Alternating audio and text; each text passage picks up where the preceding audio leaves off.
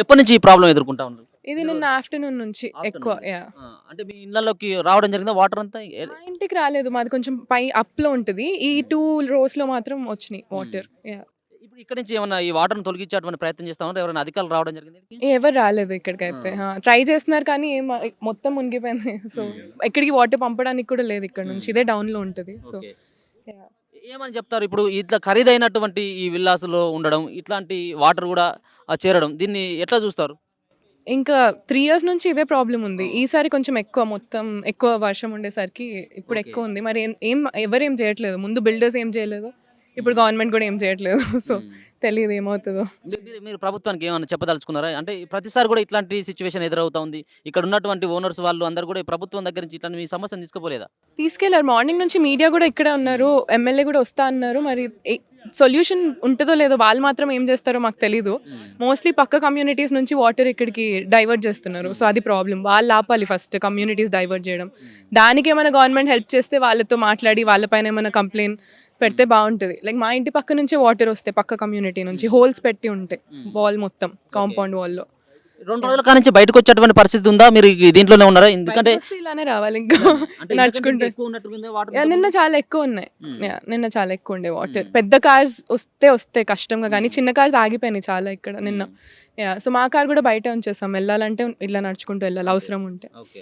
Yeah! కార్లు గూడా బయటికి లోపలికి తిరిగేటువంటి పరిస్థితి లేదా? లేదసలు లేదు. మొత్తం అంతా కూడా చెరువుని తలపిస్తా ఉంది. అంతా కూడా అవును. మోకాళ్ళ లోతు. అవునవును. ఆ! నిన్న ఇబ్బందిగా ఇంకా అనిపించదా? ఎక్కువుండే. చాలా ఆ! ఎక్కువుండే. నిన్న ఎండేవర్‌లో కూడా రావడం కష్టమైనాయి. ఫార్చునర్‌లో, ఎండేవర్‌లో కూడా రాలేదు రాలేదు. లోపలికి. యాహ్! యాహ్! ఓకే. ఇవాళ చిన్న కార్స్ గూడా రావింకా. ఓకే.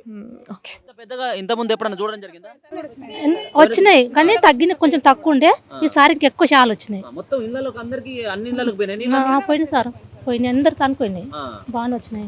చాలా ఇబ్బంది ఉంది ఆ. సార్ వాళ్ళకు మేడం వాళ్ళకు పాపలు కూడా ఎవరు బయటకు వెళ్ళారు ఈ రోజు అయితే ఒక్క పాప కూడా బయటకు రాలేదు.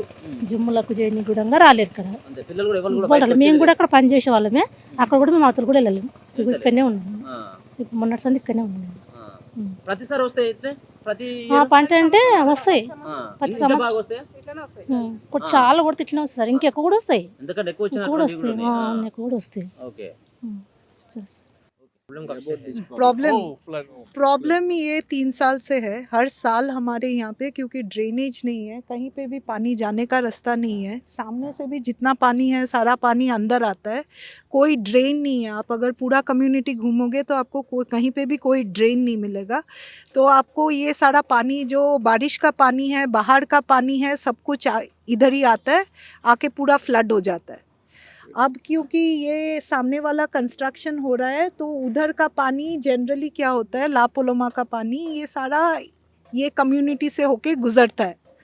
अब because Raichandani has constructed that villa at a certain height, their community has been flooded, right? And the water is not flowing out in a natural flow, right? And because there are no storm drain, because the main road, if you see the road outside the main gate, that road has been under contention.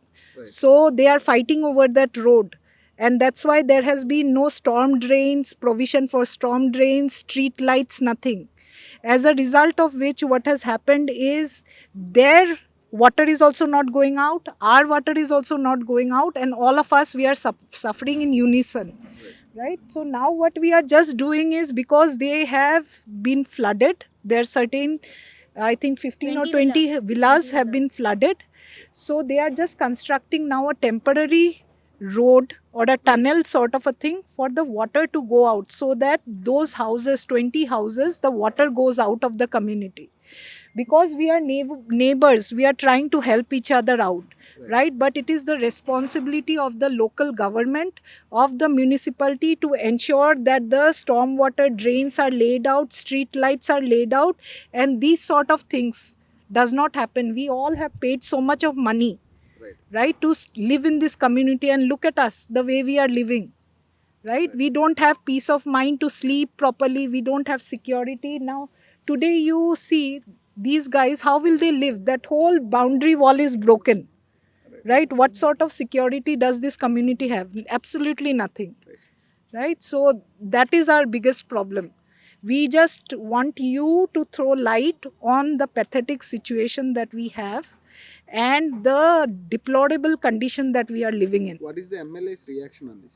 The MLA's reaction is, see, he wants to help us, right?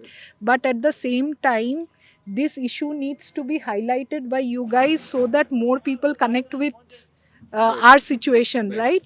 And it creates a pressure on the government to ensure that this is done in a timely manner. अभी अगर ये बारिश निकल गया, right, next बारिश तक अगर हम ये पूरा स्टॉर्म वाटर ड्रेन वगैरह नहीं लगाएंगे तो नेक्स्ट ईयर हमारा फिर से same type of situation create होगा. ठीक है. అంటే ఎన్ని ఇయర్స్ నుంచి మీరు అంటే ఇబ్బందులు? మేము ఇక్కడ ఇల్లు కొని ఉండడం 2019 నుంచి అండి. 2019 నుంచి మాకు ఇల్లు మొత్తం స్థలము ఇల్లు కలిపి 1 crore దాకా అయింది. మేము ఇవ్వాల్సిన డబ్బులన్నీ మా బిల్డర్కి ఇచ్చేసాం. ఇచ్చిన తర్వాత ఆయన ఎన్ఓసి ఇస్తేనే మేము ఇక్కడికి షిఫ్ట్ అయ్యాం. 2019 నుంచి ఉంటున్నాం. జూన్ నెల మనకి మాన్సూన్ స్టార్ట్ అవుతుంది కదా, జూన్ జూలై పర్వాలేదు, ఆగస్ట్ నుంచి చెరువులు నిండిపోయి ఇంకా దారి ఇంకా ఎట అంటే అటు. ప్రధానంగా ఇది డ్రైనేజ్ సమస్య అనేది అనుకోవచ్చా లేకపోతే ఎట్లా? డ్రైనేజ్ లేకు అంటారా? డ్రైనేజ్ కాదండి, ఈ ఏరియా పొలాలు అవి ఉండే కదా ఒకప్పుడు. సడన్గా హెచ్ఎండిఏ వాళ్ళు అప్రూవల్స్ ఇచ్చేసారు అందరూ, మరి ఎలా ఇచ్చారో మనకు తెలియదు. సడన్గా ఇళ్ళు వచ్చేసాయి. ఆ కమ్యూనిటీలో 200 ఇళ్ళు, ఈ ప్లాన్ ప్రకారం 100. అలా చుట్టుపక్కల మీరు చూస్తే అన్నీ వచ్చేసాయి.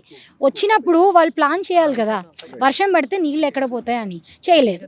ఇప్పుడు ఏమవుతుంది, అక్కడ చెరువు నిండుతుంది. చెరువు నిండిన తర్వాత న్యాచురల్గా దానికి పల్లము ఎత్తు పల్లాలు బట్టి వస్తాయి నీళ్లు.